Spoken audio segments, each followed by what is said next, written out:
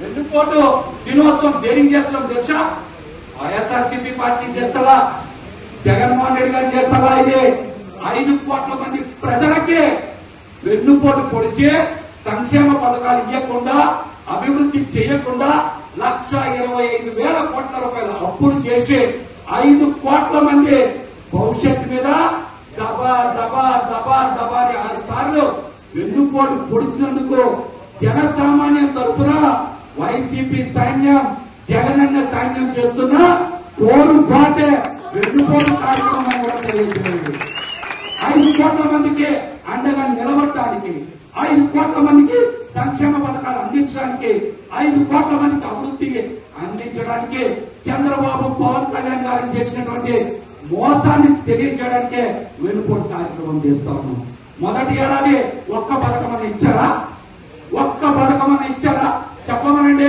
అమ్మఒడి ఇలా, రైతు భరోసా ఇవ్వాలా, fee reimbursement ఇవ్వాలా, ఉచిత గ్యాస్ సిలిండర్ ఇవ్వాలా, ఉచిత బస్సు ఇవ్వాలా, ఏమి కార్యక్రమాలు ఇవ్వలేదు కదా.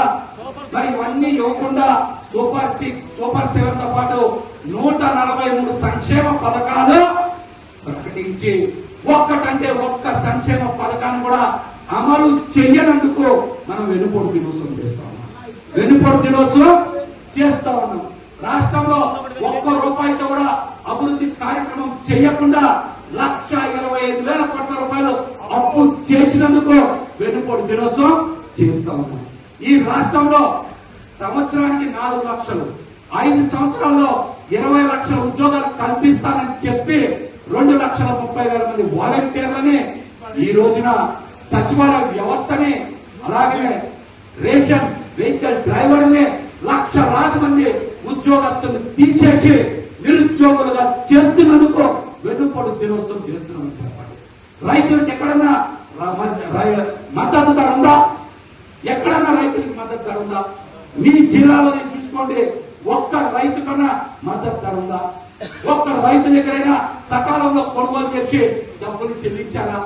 ఇవేమి చేయలేదు కాబట్టి రైతులకు అండగా నిలవనందుకు, రైతుల్ని మోసం చేసినందుకు, రైతులకి రైతు భరోసా మొదటి సంవత్సరం ఎగ్గొట్టి 2వ సంవత్సరానికి కూడా ఎగ్గొట్టడానికి సిద్ధంగా ఉన్నారు. కనుకనే రైతుల తరఫున మనం వెన్నుపోటు దినోత్సవం చేస్తున్నామని చెప్పండి. ఈ ప్రభుత్వంలో పేదలకు కొనుగోలేది ఏమీ లేదు, పేద ప్రజలకి జరిగేది ఏమీ లేదు. అంతా పెట్టుబడిదారులకి, పెత్తందారులకి, పెట్టుబడిదారులకి